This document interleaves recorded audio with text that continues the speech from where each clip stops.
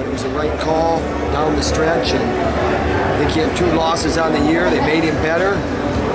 Here we are, national champion. Coach, what was the difference between Friday night and today? You know, here's the thing. It's wrestling. If we had answers for it, we would be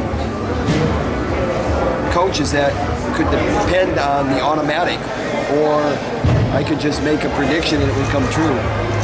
Our guys have to go out and wrestle, and for whatever reason, and we'll analyze it, we'll look at it, we'll get to the bottom of it. Last night was not a good round for us, and we wrestled a lot better today. We were 7 for 8 in the morning and 1 for 1 tonight, and we need to be consistent to be competing with, you know, the team that had 22 points coming into this session. That's Penn State. How do you close it? You close it with tough wrestling, but you know there's more to it than that. And we're not even done with the tournament yet, so we analyze and we go forward just like we did last year, and we'll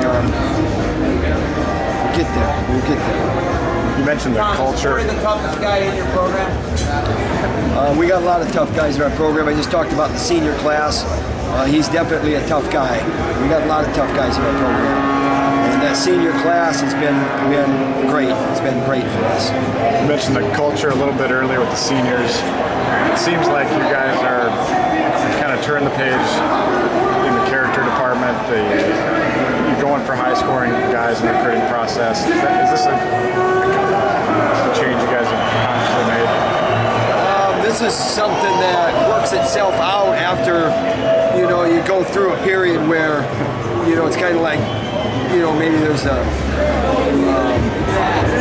part of the program that isn't running like as smooth as you want it to. And this class has been communicated to since they were infants here. I call them infants, but they were great right away. But they made mistakes, but they stayed on board. And when you stay on board with accountability in situations like that, you can do a lot of things the next year below them, the year after that, and now all the way into our recruiting because they're hosts. And, you know, 2 or 3 or 4 of those guys could be in our club next year, you know, and the usual suspects, you know, figure out who those could be that want to continue their wrestling careers. And we'll take them because it's not just something that's automatic, it's something that we need. We need that backup, so to speak. As you know, Hawkeye fans are never happy unless they're first. What would your message be to them, especially knowing Penn State has everybody coming back next year? You guys lose 5. They have everybody coming back. We have, what do we have? 2 All-Americans coming back, 2/3, and you know, we got some freshmen that are in the stands right now watching, and we have a recruiting class coming in, and we'll keep making progress. Hey Tom, I got in here late, but can you kind of give the timeline of what you saw with Corey's mental state through December and January, and when he maybe turned the page to... He turned the page right away because the way he talks, the way that he listens. He may not like it, he may not want to hear it, but in the end, and his quote was, "Whatever you say." And that's what you need, because could he go on some dates that we kept him out, and he could have went, but we had to be smart. It's like I talked a couple different times this year on, you know, it's a 5th-year senior, he's got wear and tear on him, and you got to be smart, especially in a situation where you're nicked up like that.